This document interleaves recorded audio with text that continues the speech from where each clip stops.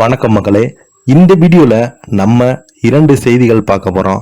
முதல்ல என்ன பார்த்தீங்கன்னா, கள்ளக்குறிச்சியில நடந்த கள்ளச்சாராயத்தால் குடித்து மிகப்பெரிய ஒரு தமிழ்நாட்டவே உலுக்கியுள்ளது.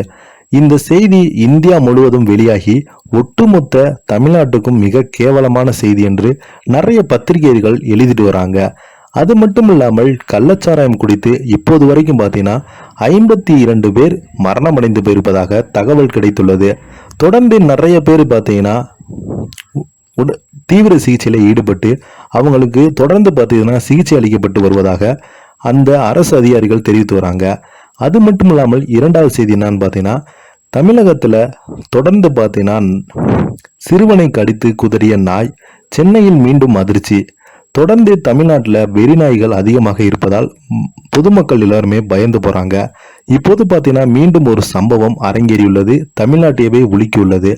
வாங்க என்ன செய்தி என்ன தகவல்னு இந்த வீடியோல பார்க்கலாம்.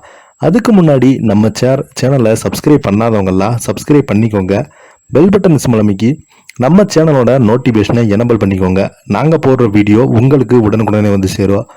நேற்று 2 தினங்களுக்கு முன்பு பார்த்தீங்கன்னா கள்ளக்குறிச்சியில கள்ளச்சாராயம் அருந்தி கிட்டத்தட்ட 200 பேர் பார்த்தீங்கன்னா அரசு மருத்துவமனையில் சிகிச்சை பெற்று வந்திருக்காங்க. அதில் 55 பேர் இறந்து போவதாக தகவல் கிடைத்துள்ளது.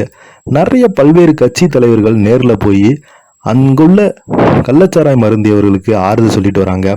அது மட்டும் இல்லாமல் அரசு சார்பில் 10 லட்சம் ரூபாய் பார்த்தீங்கன்னா ஒதுக்கீடு செய்வதாக அரசு சார்பிலிருந்து அதிகப்பட்டிருக்காங்க. இந்த நிலையில ஒரு சிறுவனை கடித்து குதறியிருக்கு ஒரு நாய். சென்னையில மீண்டும் அதிர்ச்சி ஏற்படுத்தியிருக்கிறது. நாய்க்கடி சம்பவங்கள் அடுத்தடுத்து அதிகரித்து வருகிறது. இதனால் மக்கள் பார்த்தீங்கன்னா ரொம்பவே கடும் அவதிப்பட்டு வராங்க. பூந்தமல்லி சென்னை மாங்காடு அடுத்து பொடுமணிக்கவாக்கம் சார்லஸ் நகர் பகுதியில் வசித்து வருகிறார் ராகேஷ். இவரது மனைவி எலிசபெத், இவர்களுக்கு 11 வயது துசேஷ் என்ற மகனும் ஒரு மகளும் இருக்காங்க. நேற்று வீட்டின் வெளியே விளையாடி கொண்டிருந்த துசேஷை எதிர் வீட்டில் வசித்து வரும் கார்த்திக் என்பவரின் ராட்வீலர் நாய் கடித்து குதறிவிட்டது. கார்த்திக் அந்த சமயத்தில் தனது நாயை நடைபயிற்சிக்கு அழைத்து சென்றிருக்கார். அப்போது அந்த நாய் திடீரென அங்கு விளையாடி கொண்டிருந்த துசை கடித்து கதறியது. இதனால் துசேனின் தொடையில் பலத்த காயம் ஏற்பட்டுள்ளது.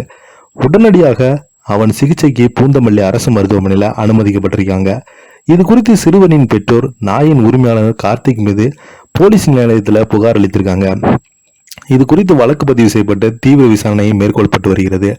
இப்ப பாத்தீங்கன்னா அந்த சிறுவனுக்கு என்னாச்சு, தொடர்ந்து பாத்தீங்கன்னா மருத்துவர் அவர்கள் தீவிர சிகிச்சை பிரிவில் அனுமதிக்கப்பட்டிருக்காங்க. அந்த நாயுடைய உரிமையாளர் மீது போலீஸ் நிலையத்தில் புகார் அளித்து தீவிர நடவடிக்கை எடுத்து வருவதாக காவல் ஆய்வாளர்கள் தெரிவிச்சிருக்காங்க.